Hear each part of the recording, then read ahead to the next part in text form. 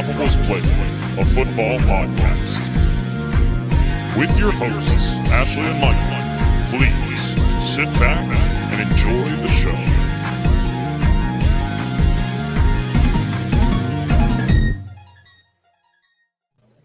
Hi, everyone, and welcome back to the Undroppables Playbook, a football podcast presented by the Undroppables and sponsored by Analyst Depot. I'm your host, Ashley. This is our other host, Michael Duncan. How are you? I'm wonderful. I spent a week in upstate New York in a cabin. Where? Cell service in upstate New York. You're not going to tell me the town? No, because this is the internet. Okay, you can tell me later. You didn't tell me you were in New York. I didn't have any cell service. Okay. Good. And you were in Disney World getting COVID. It doesn't even matter. Getting COVID. I did for the do third that. time? Yes, third time overall. The Congrats. thing is, like, I'm vaccinated. I'm safe. My immune system just hates me, and it's been like that my entire life. So I've had COVID 3 times now, twice in this year alone, and it's only in August. I got it at Christmas. So, yeah, we'll see. Either way, welcome back. We had a week off, but we're finally back here. Lots to talk about. Same as always, we're going to go over some kind of big news. I know some of it is injuries, but we're not covering a lot of injuries here because there are just so many of them.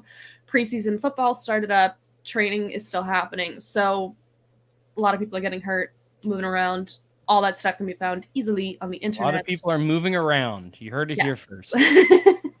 There's no better way to say that. Yes. Either way, we do have a bunch of tidbits of news. Biggest one, which was the biggest scare for a lot of people this week, was the Zack Wilson injury that happened during the preseason game. Wasn't it in like the first few minutes too? It was, I think, the second drive. Yeah.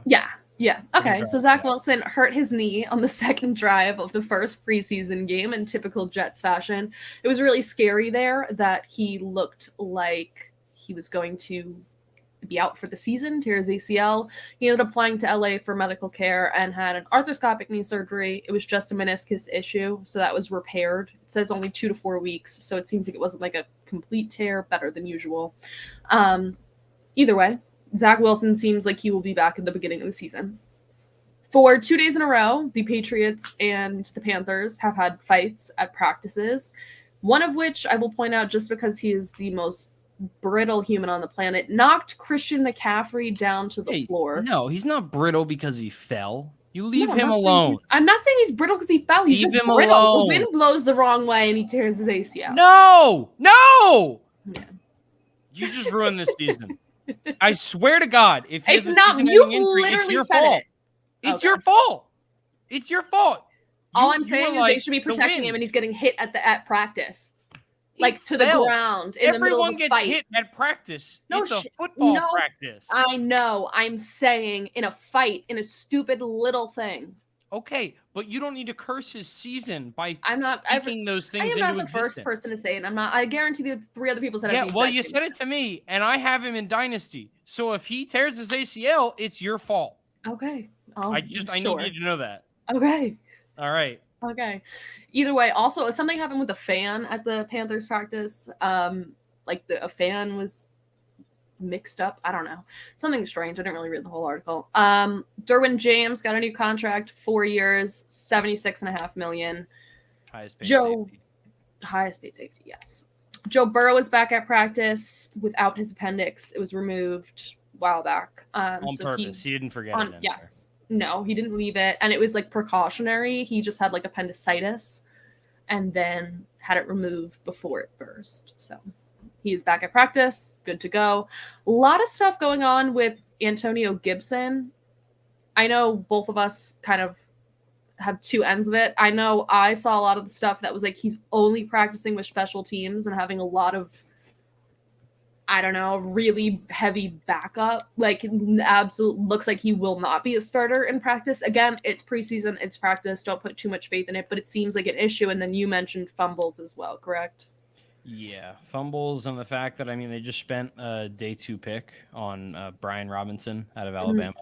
Mm-hmm. You combine that with bringing J.D. McKissick back, and it's worrisome. Yeah. Antonio Gibson's been good on the field, but he hasn't really been able to stay healthy at all consistently in his NFL career. And Yeah, I don't really know what their message they're trying to send to one of their most talented players on offense, but it's pretty bizarre to me.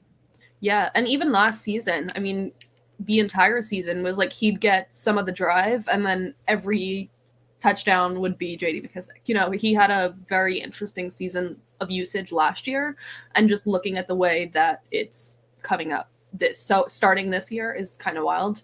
Dukes did have a suggestion in the comments that said maybe the coaches are trying to spark a fire in Gibson. I think it's possible, trying to do anything like you will only work on special teams unless you show us something. It could be, but again, if he's like supposed to be this really talented guy, and you shouldn't have to do that. I mean, I don't know. Everyone needs a push every now and again, but yeah, I mean, it comes down to like if this is happening because he's not putting in the right amount of effort, then his season's already shot.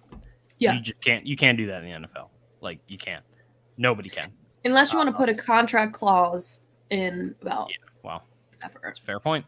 Yeah, you can't really get away with that. But I don't know. Yeah, it's interesting. I hope it's small. I hope it's not something big. But like I was kind of not near my phone for a couple days.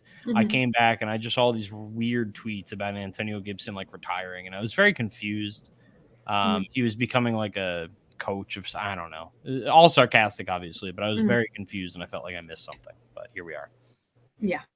Hard Knocks has started up. Last week's episode was the first one, I think. I haven't caught up on it, but electric singing performance by Aiden Hutchinson. If you missed that, it went viral on Twitter after it premiered. Go watch it. I watched the first episode. I couldn't remember if that was the first or not. But lots of more news. Patriots said that they were open to trading Damien Harris. They came out and just said they were completely open to the idea, almost like the door's open if you want. And like 2 days later, James White retired from the NFL. Yes, he did. So we'll see if they still feel that way. Follow through on it. Yep. But Patriots did lose Malcolm Butler, who got put on season-ending IR. 2 other players, season-ending IR. Mekhi Becton for the Jets and center Nick Harris from the Browns. And then Drew Lock got COVID. We were both on the COVID list. I was saying this to you before, but like it was a very, I mean, like I get sleeper alerts on my phone. It was very emotional, like 30 minutes if you're a Drew Lock fan, because it was like Drew Lock taking first team reps at practice for the first time this offseason. Oh, that's pretty cool. Drew Lock set to start the second preseason game. Oh, that's awesome. 5 minutes later, Drew Lock has COVID. All right. Sounds good. Up and down. Okay. So, I don't know. It seems like it's Geno Smith's job to lose at this point. Yeah. Hit that. Geno Smith and Drew Lock. And final piece, the 2023 Pro Football Hall of Fame class moved on to be finalists Chuck Howley, Joe Klecko, and Ken Riley. Either way, we're going to jump back into our recurring segment of going over storylines, preseason storylines from divisions. We're going to finish up the South, the AFC South, and start with the North on the NFC North. So why don't you get us started for the Colts? Yeah, sure. For me, something I'm really interested in is Nyheim Hines, particularly, and how he's going to be used. Last year, we didn't see Carson Wentz do a ton of checking down to the running back, and I think that's a large part of the reason as to why Jonathan Taylor is really talented. But there's a large part of the reason as to why Jonathan Taylor had the season that he had. But with Matt Ryan coming in there, when quarterbacks get to a certain age, you saw Phillip Rivers do it. You saw Big Ben do it. Like, they're much more prone to checking down, mainly because, one, you're not really going to see them running away. They're not really going to extend plays in a way that a young Lamar Jackson might. But also just because it's an intelligent, like, hey, let's get 5 yards kind of thing. And I'm really, really, really curious. Obviously, Frank Reich has talked a pretty big talk about Nyheim Hines being involved. He's a great pass-catching back and a great counter to Jonathan Taylor. But I'm really intrigued to see if Matt Ryan can really give him a kind of standout season from a pass catching perspective. Like, I don't think it'll be to this level necessarily because Jonathan Taylor is still Jonathan Taylor, but maybe like a James White-esque type season catching the ball, because I mean, Matt Ryan is not going to be afraid to, check it down to him. And I think Nyheim Hines' best season so far has been with Phillip Rivers at the helm, another guy who's just not afraid to, toss it down to him. And I think that could be really, really great for Nyheim Hines. And it also might help Jonathan Taylor, take a little bit more of a rest on the sideline, extend drives, take easy yards where they are. Mm-hmm. So obviously from a fantasy perspective, I think that's super interesting as a late round pick, whereas last year he wasn't really useful in that manner. But also just from a football perspective, like how is Frank Reich going to balance keeping your, top 3 running back in the game and Jonathan Taylor in there and getting him the touches he needs, but also, properly utilizing a talent that he has in Nyheim Hines. So that's something I'm really intrigued by. Yeah, and he's shown that he's extremely versatile, right? Like he is a player who has shown great, tremendous skill. I am so excited for him. I think he started a breakout last year. It's not like gonna, but he showed so many great flashes. I'm really excited to see how they use him with Matt Ryan. Leads a little bit. I kind of have 2 tangents. One of mine, they're both like half thoughts, but the first one is the wide receiver room. So clearly Michael Pittman Jr. is like the wide receiver 1, but after that, like there's talent, but it's spread out. You have Paris Campbell, Alec Pierce, Kiki Cootie, DeMichael Harris. Like there's so many people all over on this depth chart for wide some receivers. Of those names I'm literally just reading off the ESPN depth chart because I honestly have no idea what the bottom of the wide receiver room is going to look like. And I'm curious to see how that works with someone like Matt Ryan. And that was my other point, is that last year they had one of the youngest teams. Wait, no. It's an old stat, but they had a fairly young team last year. And I was curious to see with a leader like Matt Ryan, who's shown lots of leadership experience with a younger roster, how that leadership experience transfers over, especially towards the end of their season last year. They kind of fell apart. If Matt Ryan and his experience can kind of transfer to helping push them just a little bit further. A lot of those younger kids. Yeah, I mean, I think you've got Michael Pittman, who's obviously I think on the verge of like a really big breakout. Yep. Alec Pierce is a 2nd round pick. Paris Campbell's a former 2nd round pick, but hasn't been healthy at all. Honestly, I'm a little scared about their wide receiver depth. I think they need someone to step up behind Michael Pittman, and I just don't think there's anything you can be confident in. I mean, Duke said Ashton Doolin, who is a former undrafted free agent, and that should really tell you all that you need to know. I'm personally a fan of Michael Strachan. I think he might have been like a 7th round pick, if not an undrafted free agent. But again, like if those are the guys you're talking about, that's not. It doesn't make me feel good. And I say that as a guy who once had to watch Dorial Green Beckham lead our team in receiving. So. Yeah. And I mean, there are 2 great pass catching tight ends now with Mo Alley Cox and Jelani Woods. But again, like, do you really want to have them step up into a full wide receiver role because no one else could step up? And I think it'll be interesting with all the pass catching there. I agree. Perfect. Why don't you lead us off to the Jags? All right. Well, mine should be obvious, and it's the return of Doug Big Balls Peterson. I was listening to a podcast the other day. I don't remember who it was, but they were talking about how Brandon Staley was like the first of this, like, going forward on 4th down type of thing and led this revolution. Nah, that's BS, because it was Doug Peterson. He did it in 2016 and 2017 before anybody else really caught on in the mainstream, doing it as much as he did, helped them win a Super Bowl. He's a great head coach. Shit hit the fan in Philly, and it's really unfortunate that it cost him his job. Even though, I mean, Jeffrey Lurie literally came out and said, yeah, he didn't deserve to be fired. Well, that's very confusing. But I'm excited to see him back in a head coaching role with a young quarterback and a young team with very few expectations. I think it fits his personality really well. I think it's a team that is really going to be able to fall in behind him. And I'm really hoping that we can see guys like Trevor Lawrence and Travis Etienne and some of the younger wide receivers they have down there really take steps forward in the way that we saw during his time in Philadelphia. I love Doug Peterson, the person. I love him. I love him as a coach. And I'm just very excited, hopefully, for him to prove doubters wrong, because I think he got a lot of unnecessary blame toward the end of his regime in Philly. And I'm really hoping that he can just, remind people who he was and who he still is. So, Yeah. Doug Peterson, hoping he can turn around what is the Jacksonville franchise. It's probably a losing battle, but, I have hope. Yeah, a little bit. And his balls are massive, if I didn't already mention that. Mine is a player you mentioned, and that's Travis Etienne. He was, supposed to be him and Trevor Lawrence besties, and then got hurt with his Liz Frank injury. And then he was out the rest of the season. And then James Robinson got hurt at the end of the season, so kind of opens the door for him to have a really heavy role, at least the start of the season. I'm just curious to see, how that works out, if this chemistry between Lawrence and Etienne is still a real thing.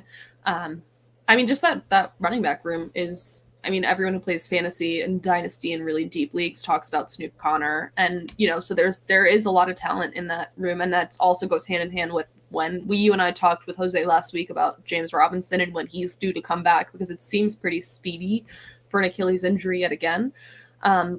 Similar like Cam Akers, that he's coming back super fast. So I just think that running back room is going to be really interesting, especially with a quarterback who still needs a lot of development in Trevor Lawrence. Having a decent amount of talent at running back can be like a safety net for him. And I'm just interested to see how that works out. Yeah, I like Travis Etienne a lot. It really was a shame when he got injured. I don't think it helped Trevor Lawrence's rookie year very much. So, no. I think he could be a huge part of this offense, even though I love James Robinson. Yeah. And, he's apparently supposed to be back, which is really bizarre. But we'll see. Yeah. So moving on to the Houston Texans. I want to give you 4 names real quick. And I want to see if you can tell me what links them. And those names are Nick Foles, Russell Wilson, Matt Schwab, and Josh McCown. Tell us. No, I want you to take a guess. Oh, coaching? No. What? I don't know. It was such a vague guess. It wasn't even a guess. You just said a buzzword. Yeah, exactly. I need that's a better. That's the best way to. I don't like these. They make me feel very nervous, and I know, which really ruins the entertainment factor of it, because it just ends up with me yelling at you. I know. They were all quarterbacks picked in the 3rd round in the 21st century, and of the, I forget how many there were, a lot of the many that were selected, they were basically the only names that had extended relevance in the NFL. Obviously, 2 of them won Super Bowls with Nick Foles and Russell Wilson. Matt Schwab was a decent starter for Houston, actually, for a while, and a little bit for I think he was a backup with the Falcons. And Josh McCown is the journeyman of all journeymen. But yeah, and that brings me to my point, which is Davis Mills. Davis Mills. Well, that sucks. I found a more interesting way to phrase it. I bet. Good. I bet you didn't have those. I would have just said it's totally Davis Mills season. That's how I would start. Well, mine's more fun, and it had a guessing game that no one participated in. I'm hoping that Brad was participating at home. I know I can always count on Brad. But anyway, Davis Mills, he doesn't seem like he's in a position to succeed because Houston really is not set to compete anytime soon.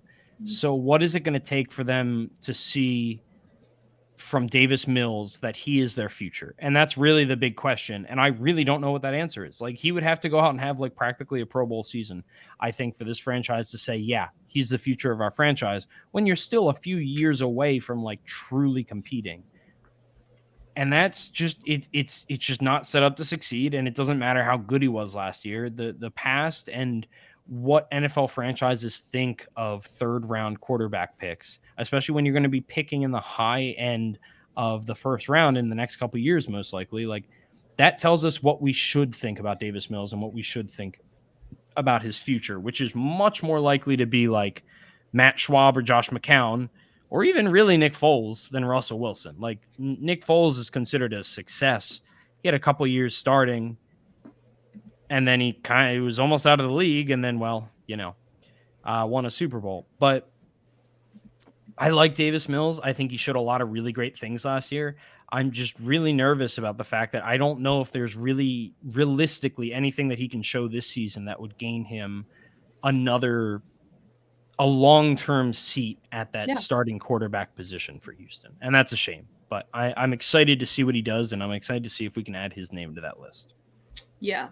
So the Undroppables offensive line ranking, because we're both talking about Davis Mills here, is 29 overall rank, and 26 for pass and 30 for rush. So they're like not great, which also doesn't help Davis Mills. The fact that he doesn't have a lot of pass catchers, he doesn't have a super healthy running back room. He just doesn't have a lot around him. And he didn't last year, and he still showed flashes, but I agree with you that I don't know that there's enough around him to show enough consistency for them to put their faith in him. I do think he's going to be a good player, but I don't know that the Houston Texans, who are in complete rebuild right now, are going to say, this is our guy for the future. But I'm curious. I'm really curious because he did show great flashes last year that make me at least think he's going to be good. So, and like a reliable starter, not someone who you're going to have to really worry about. But you never know, and it's the Texans. So you really never know. Quick shout out to Brad Wire, who is our offensive line guy. Yes, sorry. You mentioned Brad. You can find his offensive line rankings at theundroppables.com. I do need him to explain to me again what the pressure coefficient is because I forget.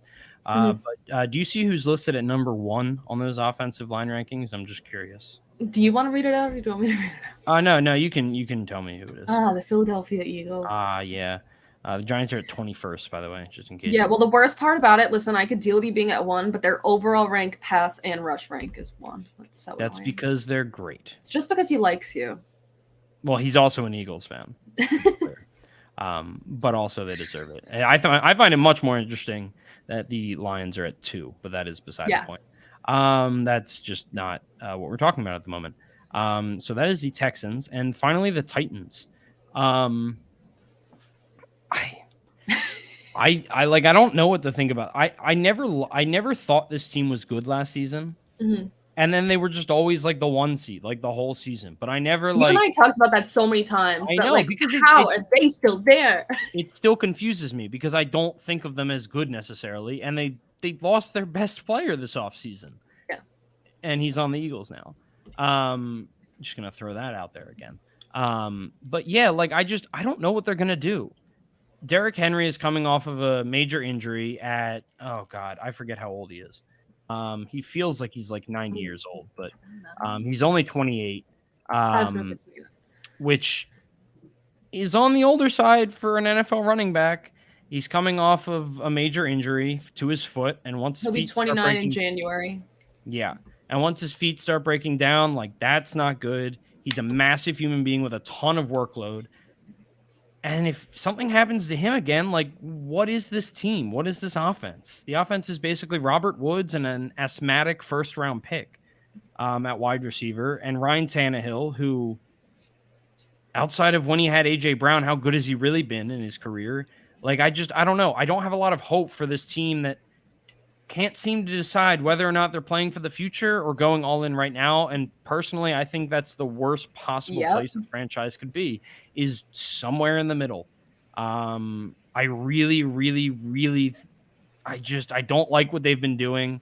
It's hard to have hope for them because it's not like they made, I don't think you can argue that their roster is better right now than it was going into last season. And that's not good for a team that I don't know. I don't know. Malik Willis looked good in the preseason, and that's cool, I guess. But I'm pretty sure he was a 3rd-round quarterback, so we know what the we know what the history says about that. So I don't know. I guess I don't really have anything in particular with the Titans. I'm just still confused about last year and what the hell they're trying to do. Why didn't you just pay A.J. Brown? I don't really get it. I don't get it, especially because apparently he would have taken less than he got in Philly to stay, which is a the contract that Philly gave him was a very fair amount. He didn't get crazily over. I don't know. I have a lot of issues with the Titans and the way that they do things, apparently. And I'm realizing that more and more every time I think about them. So yeah, I think you and I could do an entire show on this because it was would this just be rambling. because this was the exact same conversation. No, and it's the same way I feel. We had that exact same conversation last year about like, how are they still here? Why are they still the 1 seed? They are going to lose. They are going to embarrass themselves. What are we doing with Tannehill? Are we in? Are we out? We can't decide. Then we don't bring back Julio, which I get. We trade away AJ Brown. We take Robert Woods, which is great, but then it's like, we put all of our faith in the fact that Treylon Burks is AJ Brown reincarnated. I don't know. Why not just have the AJ Brown that you already had? Exactly. You had a surefire AJ Brown right there. You didn't need AJ Brown 2.0. So I don't know. The best way to sum it up is what you said. And we talk about franchises that do this a lot. This being stuck in limbo of we're decent enough to stay, but we're going to like kind of think to the future, but not really. And we can't decide if we want to fully commit to a rebuild or if we want to go all in. So I think that's a recipe for a bad team. And I don't know. I completely agree with you. Like, I don't have one thought on the Titans because it all just seems like a fire, like kindle in a fire waiting to be ignited. It's not, I don't think it's going to be good. And their opponents have stepped up this year. Like, you know what I mean? Like, I think the Colts have a great chance. You and I have talked about the fact that the Jags have improved a lot and they're getting key pieces back. Maybe Davis Mills is great. You know, you're not, you trade away your star player, your other star player gets hurt, and your quarterback is Ryan Tannehill, who has not shown anything fantastic recently. You just can't skirt on a bad decision anymore, like that on a bad division anymore. You have opponents now. So I'm intrigued, but I'm not optimistic. Yeah. No, I think that's a very, very fair way to put that, to be honest. But yeah, anything else that you have left on the AFC South before we move to the NFC North? I don't think so. I'm really excited just in general to see what Trevor Lawrence does. I didn't mention that, but I'm just excited to see if he takes steps forward because I think it's like his freshman year all over again because you had Urban Meyer and that was just a recipe for disaster. Did you just say freshman year? Yeah. You know what I mean. Rookie year. I thought you were talking about college. I was like, I'm pretty sure he won. No, I meant like freshman year in the NFL. I could see how that was confusing. I couldn't think of the word rookie. It's like his rookie year all over again. So that makes a lot more sense. There you go. Imagine he goes out. I mean, if he could have his freshman year all over again, I would probably go bet on the Jags.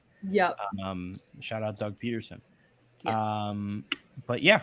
All right. So moving on to the NFC North. We're starting with the Bears. Yeah, the Bears. I mean, mine is pretty simple. I just want to know if they're going to ruin Justin Fields. Yeah. If we go back to those offensive line rankings, the Bears are in dead last at 32. They're at 32 for pass and 31 for rush. And to be honest, he doesn't have tiers necessarily. But I have a weird feeling that the Bears are kind of in their own tier when it comes to their offensive line and how bad they are. He will sum it up by saying real bad. And so this is something that, like, I obviously I listen to like Eagles podcasts. I read about Eagles stuff, and shout out to Bleeding Green Nation Radio. That's what I listen to a lot. Jimmy Kemsky is a beat writer for the Eagles that I really like. He has said a couple times that he would take the Eagles' backup offensive line over the Bears' starting offensive line. And Brad, if you have a response to that, I'd be curious to know what your thought is on that. But like the fact that one guy who legitimately covers the NFL can say that and mean it, and he said it multiple times this offseason, like that's how bad they are. That's how horrible that offensive line is. And like on top of that, like you lose. It's not just the offensive line that's bad. It's also the fact that yes, they have Darnell Mooney, who I really like his promise as a wide receiver, and I like Cole Kmet's promise as a possible breakout young tight end this season. But okay, and Ashley's gone, so it's just me. I'm sure she'll be back in a second. But if your offense is really hinging on Darnell Mooney, a guy that we haven't seen be the lead guy in a good offense, obviously, because it's his, second or third season, and Cole Kmet going into his third season, like there's just very little there to get me feeling better about the Bears offense and anything that would make me happy about Justin Fields moving forward. Because, okay, then you can say, okay, well, he has David Montgomery. And if David Montgomery is the thing that's, keeping Justin Fields alive behind that offensive line, that's really bad and really worrisome. And it's not like their defense is all that strong either. So I'm really, really curious if Justin Fields might just kind of die this season, and they might just he might be over before he ever got a chance. Ashley is having technical issues. She's unable to hear anything. So for right now, I'm just going to continue on. And if she comes back, she comes back. There's not a ton I can do for her. But yeah, so that's the Bears. The Bears are another. So Brad just said the Bears are another Titans, but just on a whole nother level. And I agree completely. It's just, yeah, their decision making is very questionable. They drafted like a 25-year-old wide receiver in like the second round, Velus Jones Jr. It's like, okay, maybe he's talented, but again, that's not who I necessarily want as like my second best wide receiver on this team. They traded for N'Keal Harry. I'm sure that will solve all their problems. But I like Justin Fields as a talent. And I think that's what makes me so upset about seeing what the Bears are doing is, I don't think the Jags are going to be good necessarily. I think they could be, but I think the big difference is they're not letting Trevor Lawrence just kind of die out there on the field alone. Justin Fields is basically being left to fend for himself, and that is how you Sam Darnold someone's career. So it sounds like you're back. I heard that part. I agree with that. Yeah, so I just basically trashed everything that they put around Justin Fields. Yeah, perfect, because that's all I was going to do. So we'll ride on that, because all I was going to say is Justin Fields. Like, I'm sure you said it all. I couldn't hear it, but I have faith in you. Well, why don't you start us out with the Lions then? Yes, the Lions. I'm just so intrigued by this team. I'm really intrigued by Amon-Ra St. Brown. And this team is just so young. And even though they were not good last year, like, hey, it's got the second overall pick, I do think that this team has a huge chance to step up. I think the roster has improved, and even though they're really young, it seems like they really started to click towards the end of last season. So this is just another one of those teams that it's like an excitement for them, because I do feel like this is a team that has could have a huge leap. I'm not saying they're going to win the division. I'm not saying they're going to go to the Super Bowl. I just think that they're going to have an impressive leap from last year to this year. And I think my key one to look out for is Amon-Ra St. Brown. I'm really excited for him. Yeah, I agree. So for reference, last season, was this how many wins they had? Yeah. So last season, not the Bears, the Lions had 3 wins, and this year the Vegas betting odds has them at the over under being 6.5. So they think it's realistic that the Lions could double their win total, and I completely agree. Like, the Lions to me scream a team with going into that second year of a new regime with a new head coach and Dan Campbell, who at the very least is extremely energetic. Yeah. A quarterback that has proved you can win with him, a defense that's getting better, an offensive line that, like we said, Brad has ranked at number 2. It screams to me a team that might surprise a lot of people and make the playoffs. And honestly, they're one of my favorite dark horses this season to make the playoffs. And a large part of that reason, and the thing that I'm really looking forward to paying attention to this season, is Deandre Swift, who's now going into his 3rd season. He was in that same draft class as Jonathan Taylor. Clyde Edwards-Helaire. A Philly guy. My cousin actually went to high school with him, which I think is very fun. He's apparently a nice man. But yeah, I just behind a great offensive line and Dan Campbell, like if there's one thing that we know he wants to do, it's he just wants to out testosterone the other team. And the way to do that is to run the ball. And when you've got Jared Goff at quarterback, like that seems like a pretty decent, recipe to succeed. Mr. Scamper said, I could see the Lions doubling their tie total too. Incredible. Lost my train of thought there. But Deandre Swift is insanely talented. We already know that he is probably one of the best pass-catching running backs and just most talented pass-catching running backs in the entire league. But he's also a really, really effective runner. Jared Goff is not afraid to dump it off to him because he's already got the mindset of like a 90-year-old quarterback like Matt Ryan or Phillip Rivers, even though he's only like 27, but whatever. I think DeAndre Swift could legitimately, like, if he can stay healthy, which is the big if for him and basically any running back that plays in the NFL, but if he can stay healthy, like, I think we could see like a legitimate, like, NFL offensive player of the year type season that could carry the Lions into the playoffs. Like Jared Goff having a very like fine, efficient season and not like, throwing a bunch of turnovers, but just getting the ball into the hands of his playmakers and DeAndre Swift being able to really lead the way because he's got a good second back in Jamal Williams that should be able to really take some of the load off of him.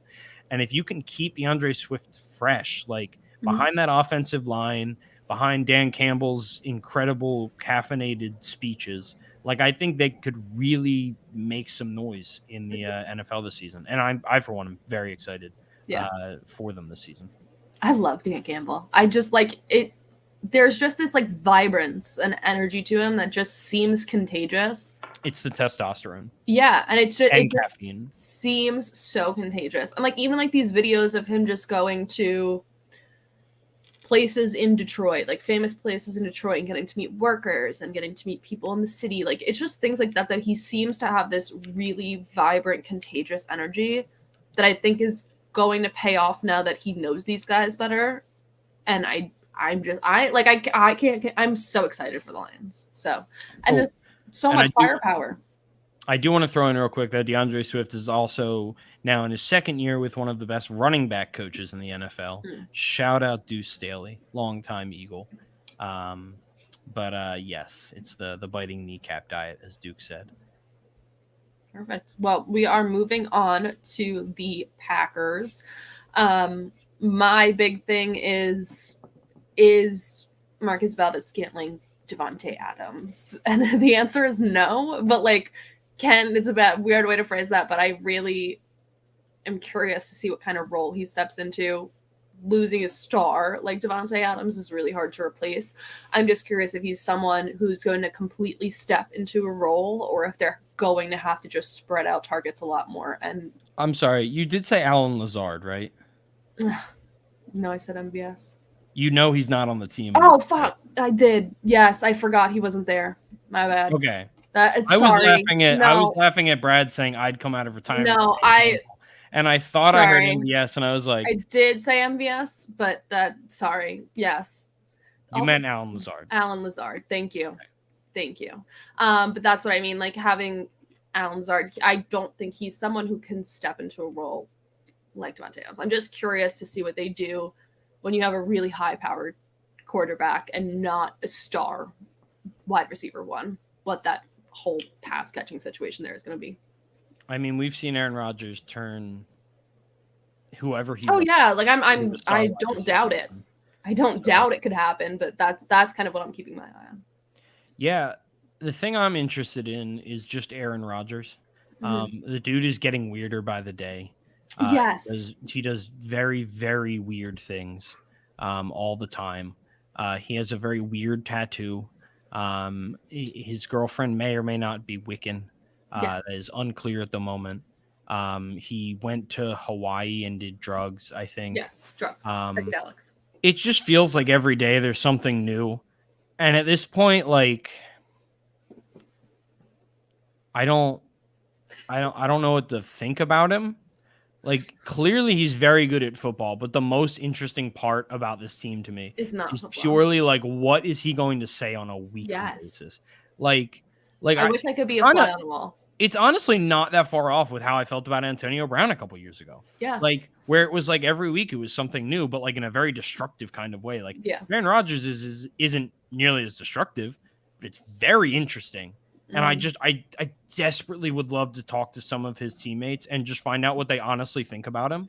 Like, and I'm not saying that I think he's a horrible person, but just like, this whole gotta think he's weird, right? Yeah. Like to each their own, do what makes you happy, whatever. But this guy, like, he's just doing some weird stuff. And I don't think there's a better word for it than weird, but he's freaking me out a little bit. I don't know, man. It's just really kind of it's just weird. I think I'd rather hang out with Russell Wilson the more that Aaron Rodgers talks, and he's weird in his very own way. But because like I feel like leaving a conversation with Aaron Rodgers, like I feel like I might be cursed, but if I leave with Russell Wilson, I think I'm just gonna be confused, like, and like have like quotes stuck in my head forever. Like Lionheart, like I'm gonna go around ironically saying that after I meet with Russell Wilson, but like he doesn't say it ironically, he means it. No, he means it, but like I would like hear it so often that I would that's say it ironically. But like I like if I had a day meeting with Aaron Rodgers, I feel like I might leave cursed.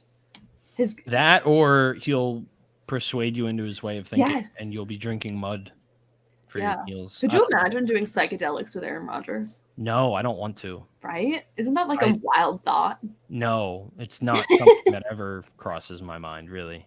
What do you think he talks about? I don't want to know. That's what I just got. I want to know what he says to the public, not what he says in private. Because the public stuff is weird enough. I don't want to know what he says in private. I know I would love to be a fly on the wall. I want to just talk to his teammates and say what he says to them. Hear what he says to them. I don't want to be like talk to his girlfriend then. Yeah. Oh no. Yeah. That's next level. Do you want to lead us off with the Vikings? Yeah. So the Minnesota Vikings. They are a team who, I don't know. I feel like it's the same thing every year with them, even though this year it really shouldn't be with a new head coach. But yeah, I don't know. It's hard to get excited about them. And I really want to. They have a lot of really good players. Justin Jefferson might be the best wide receiver in the NFL. He says by the end of the season he wants to be that. Irv Smith is a guy I'm really excited about, even though he got injured, and he should be ready for roughly the start of the season. But I'm not going to read that comment, but I like it, and I can't say I disagree. Sorry. What was I saying? Oh yeah, it's just like Dalvin Cook, one of the best running backs in the NFL for sure. Kirk Cousins is just perennially a very good quarterback. But I want desperately for a reason to get excited. Like, I don't know how I would feel if I was a Vikings fan. Like, how excited can you really get for this team? Because Justin Jefferson's been doing the thing that he's been doing for 2 seasons already. Like, it's not like you expect him to take this massive step up and, take them to like the 1 seed. Like, the best season they've had, arguably, in the past, 10 years was before Kirk Cousins. Not 10 years, but like recently. Like, and that was when Case Keenum was their starting quarterback. And they went to the NFC Championship game. And then they lost to the Eagles. And then the Eagles won a Super Bowl in their home stadium. All right, I'm done. If I was a Vikings fan, I would have stopped listening to this podcast a long time ago. So I'm not really worried about offending anyone. But are there even Vikings fans left? Yeah, I don't know. It's just like talking about like being stuck in the middle. Like, I just don't know if they're ever like. And I'm hoping. I hope. And I think this is the thing that I'm intrigued to look for is the head coach. I really hope that he can make a difference. I think Mike Zimmer was just old and he never changed anything. And him and Kirk Cousins together meant they were going to do the exact same thing every year, no matter what. And I'm really hoping that this new head coach is going to be able to pump some blood and some life into this team and make them exciting. Like, even if they're getting blown out 45-0, I would kind of prefer that, honestly, because at least it's something different than just, if they're in prime time, they're going to lose because Kirk Cousins. And if they're not playing to a national audience, they're probably going to win. And Kirk Cousins is going to throw for 4,500 yards or whatever. And he's going to have a good season. He'll get in the Pro Bowl as an alternate, probably. Like, it's just like, I don't know. It's just not exciting. So I hope they are. Dukes asked Irv Smith thoughts. I love Irv Smith. I've loved him since he entered the NFL. I'm really bummed that he got injured in the preseason, because he was in fantasy in particular, he was going to be my late round pick every time for a tight end. Now, if he's healthy, I think there's a real opportunity for him to maybe even be the second option on this offense, if you're not including Dalvin Cook, because Adam Thielen is getting older, and yeah, I don't know. But yeah, I like Irv Smith a lot. I just hope that he can be healthy. But what are your thoughts on the Vikings? So Adam Thielen is actually kind of my main point. I was going to mention Osborne because I really did like him last year, and he did not perform to my expectations. I expected him to do a little bit better. I know it's hard when you have a couple of really great receivers like Justin Jefferson, and Adam Thielen was good last year, but I had better expectations from last year. But this year I'm really focused on Adam Thielen.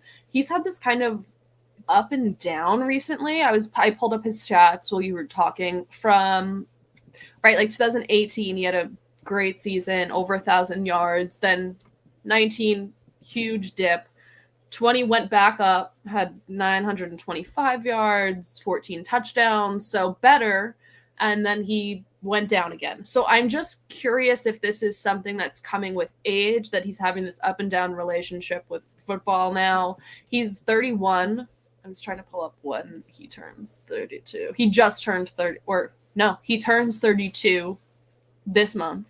So he is old, and with someone like last year, they did try and use him a lot in the red zone. I'm just curious what his role really is going to be, and if they like try and start to phase him out, or if he looks like he could take a heavy workload on the field, because at this point, I don't know. Like again, and he's another one of those players that shows flashes of his old self, but I don't know if he still is what he was.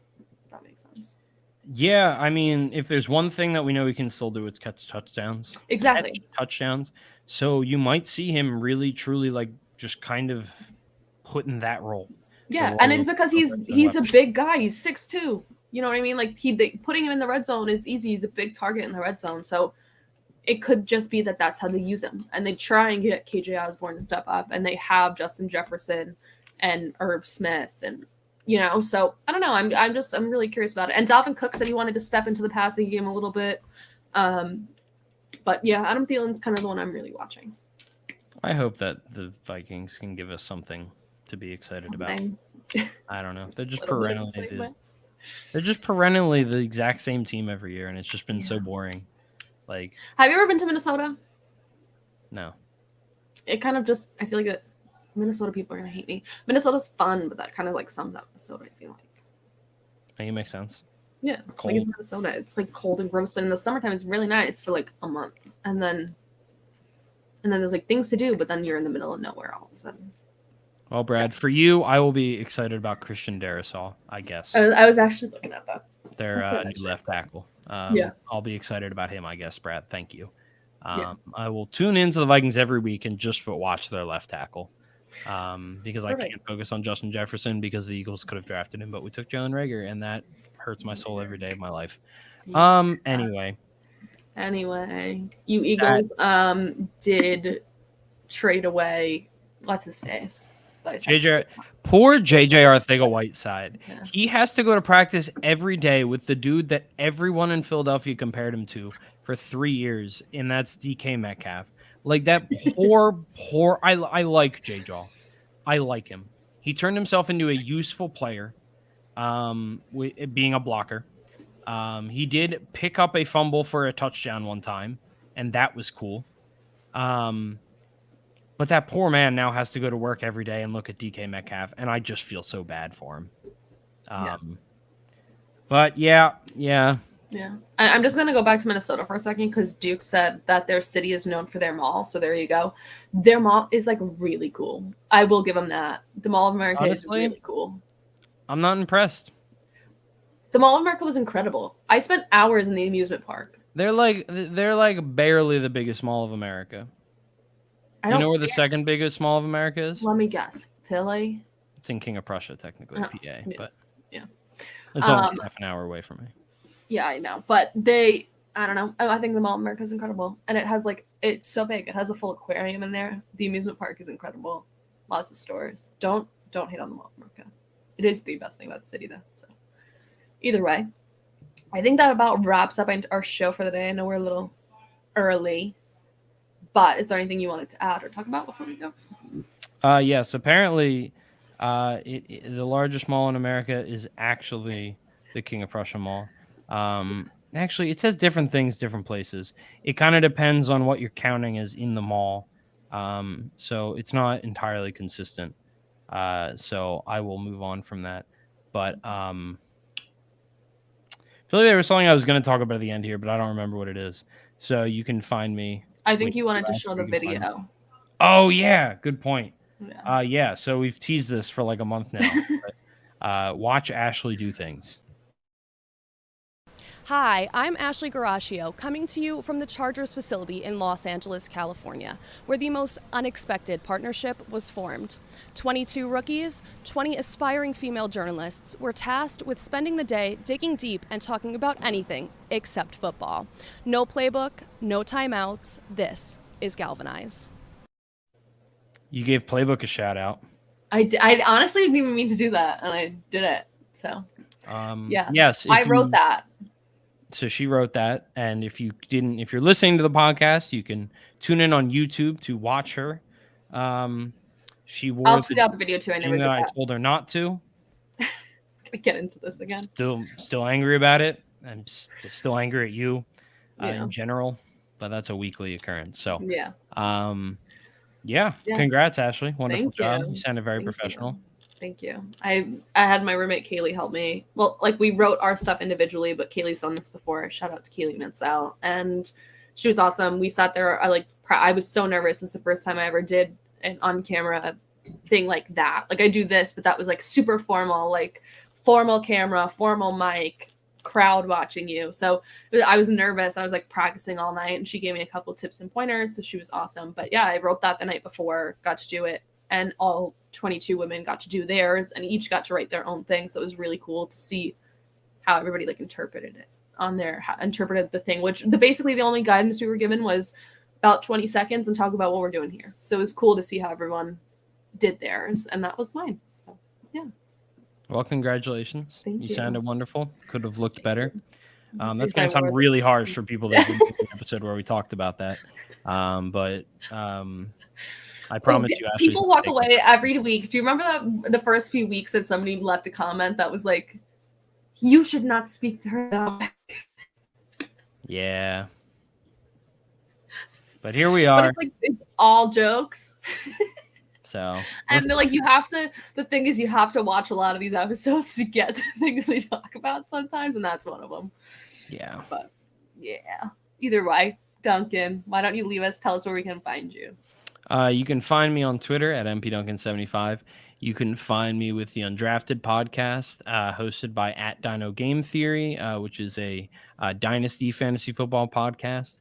And pretty soon you'll be able to find me on Sunday mornings doing Under the Wire, where me and other Undroppables will be helping you with your start-sit questions and your lineup decisions for fantasy football. That'll be Sunday mornings. I'll have more information about that as we get a little bit closer.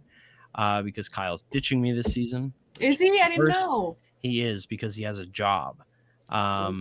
So, yeah. So anyway, that's where you can find me. Ashley, where are you at? Perfect. You can find me on Twitter at Ashley_Marie with 2 A's in the beginning of Ashley.